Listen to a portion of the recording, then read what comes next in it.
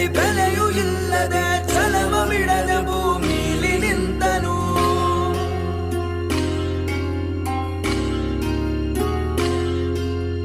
ಒಂದು ಅಗಳು ತನು ವ್ಯರ್ಥ ಮಾಡದೆ ಬಾನಿನೆತ್ತರ ಫಲವ ಕೊಟ್ಟನು.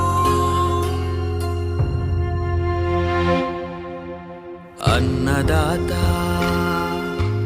ಅನ್ನದಾತ ಜನರ ಪಾಲಿನ ಸ್ನೇಹದಾತ. ತನ್ನುಸಿರ ಬೇಯಿಸಿ ಉಸಿರು ಕೊಟ್ಟನು, ಬಿಸಿಲು ಮಳೆಗೆ ತನ್ನ ಜೀವ ತೆತ್ತನು. ನೀರು ಇಲ್ಲದೆ ನೆರಳು ಇಲ್ಲದೆ ಬೆಳೆಗೆ ಕಾಯುತ್ತಾ ಸೂರು ಬಿಟ್ಟನು. ಅನ್ನದಾತ ಅನ್ನದಾತ